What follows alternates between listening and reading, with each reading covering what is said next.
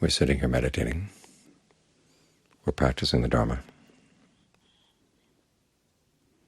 partly because of the example of those who have gone before us,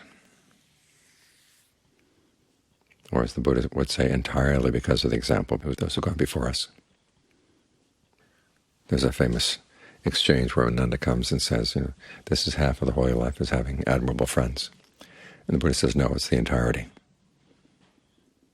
And he goes on to say that if it weren't for him as an admirable friend, where would we be? We wouldn't be practicing. We'd be off someplace else. We wouldn't have any idea that there would be something good to be found just sitting here watching our breaths. And so it's good to think of the good examples that have gone before us, from the Buddha all the way on down. Tonight we're commemorating the birthday of Rama IX. It's become Thai National Day. And the reason we're commemorating him is because of the good examples he set, primarily in the area of generosity, persistence, truthfulness.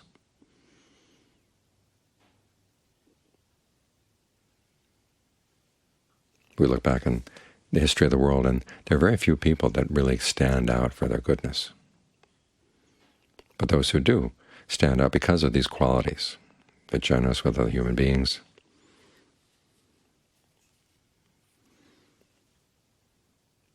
They set their sights on something that's really good. They stick with it. They develop endurance because they have to meet up with a lot of obstacles. It comes down to determination.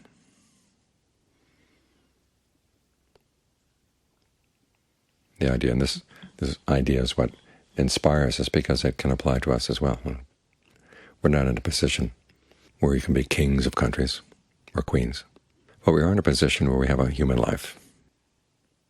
We've gone through all this effort to develop the goodness to become human beings. So what are we going to do with it? We're just going to eat, have pleasures and pains, and then die. Think about the Buddha's recollection of his previous lives. That was pretty much what he remembered of every life. What he ate, what kind of pleasures he had, what pains he felt, and then how he died, and then how he was reborn again. And that's all there is. It's a pretty depressing chronicle. You have to ask yourself, is this the kind of life you want? Eating, pains, pleasures, die. Or do you want to leave something behind? Or do you want to take something good with you as you leave something good behind? This is where determination comes in. You decide that there's something you really want to devote your life to. You want to make an extra effort. It's going to require that you be truthful, that you give up some things,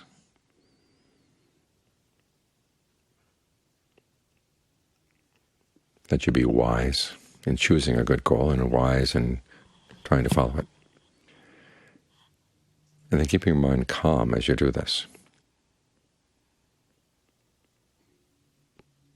So think about what you want out of your lives, this life and lives to come.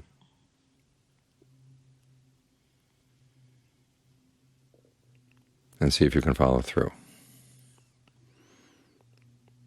Meditation is a good test for that. You're sitting here secluded from sensuality, as the Buddha said. For most of us, that's where our main pleasures in life come.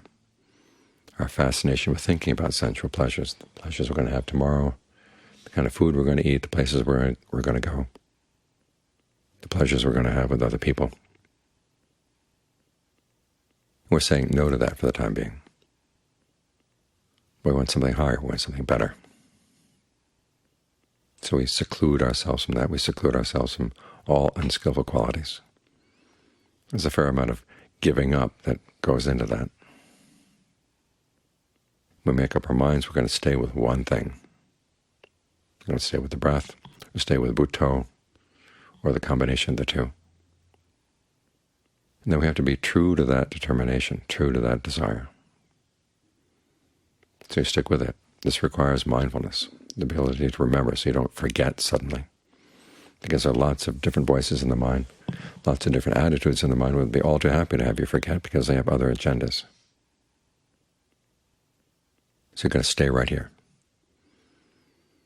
Pains may come up in the body, you're going to stay right here. You may get tired or sleepy, you're going to stay right here. Distractions come in, you're going to stay right here. You don't let them waylay you.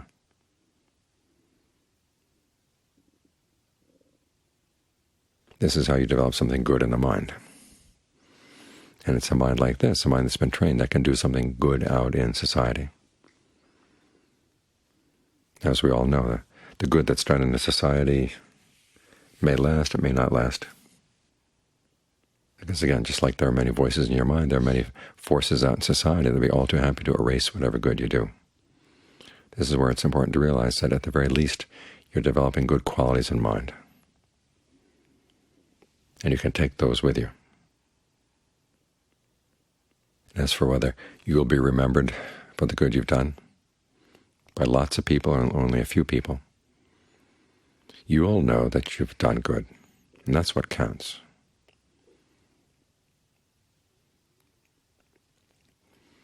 So it's good to think every now and then, where is your life going? Where would you like it to go?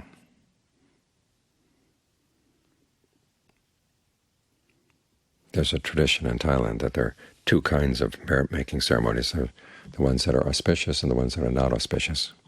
The ones that are not auspicious have to do with death. But that's a Brahmanical concept. It's not a Buddhist concept. As the Buddha said, when you think about the death of someone who's died before you and that you're going to die someday, then the question comes up, well, what am I going to do with the time I have left? And if you're wise, you're going to be heedful. You're going to make good use of what time you have. What time do you have? Well, you know you have this much time right here, right now, so you make use of this. So in this sense, when we make merit for people who passed away, it's not inauspicious. Heedfulness is very auspicious. It's one of the activities that's listed in the Mangala Sutta, which is a list of ways that you protect yourself and ways you give yourself blessings.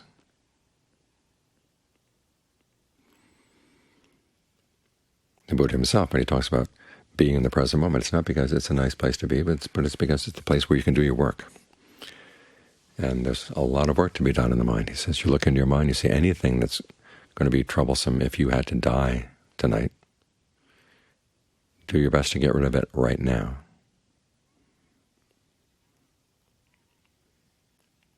And so even though we take the long view that we'd like to use our lives for a good purpose, it ultimately comes back down to what you're doing right here, right now. The next step and the next step. As with any journey, you take it one step at a time. You make sure you're headed in the right direction, but then you focus on where you're placing your feet. Make sure that you place them well.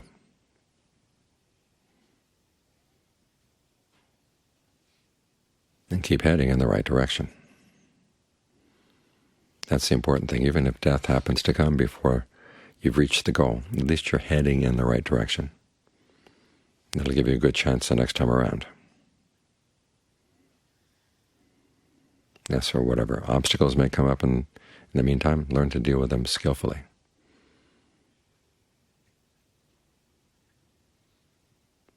Because the paradox here, of course, is that we have to be heedful, and we have to focus on getting as much accomplished as we can in the present moment.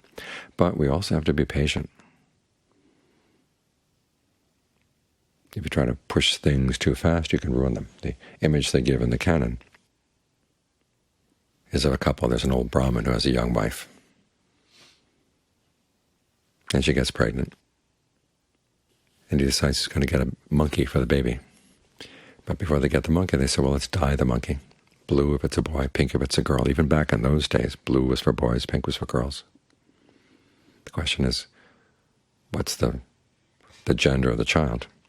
Well, the wife takes a knife and opens up her womb to see. Of course, that kills the kid. You can't let your impatience get in the way of doing it right. So when you have a large goal for your life, break it down into small steps and make sure that you get each step right. It's just like meditating for an hour. You're not going to focus on the whole hour all at once. You focus on the hour one breath at a time. Try to do each breath as well as you can. In other words, make it as comfortable as possible for the body, and make sure that your mind is fully alert as possible to what's going on, what you're doing, the results you're getting. And as you take care of each step, that takes care of the whole hour. The same way, each step in your quest for whatever your goal may be. If it's a good goal, if it's a skillful goal, each step is what's going to guarantee that the goal is going to happen. It's going to be attained. Don't focus so much attention on the goal that you misstep. Dogen, the Zen master, has a nice image. He says, walking the path, the cessation of suffering, or the realization of the cessation of suffering, is the same thing as the development of the path. And this doesn't mean that the path is the goal. What it does mean, though, is that in the doing of the path, you're going to see the cessation of suffering. You don't have to keep glancing down at the end of the road, saying, when is it going to come? When is it going to come? When you're glancing down at the end of the road, you're not looking carefully at what you're doing. It's easy to misstep.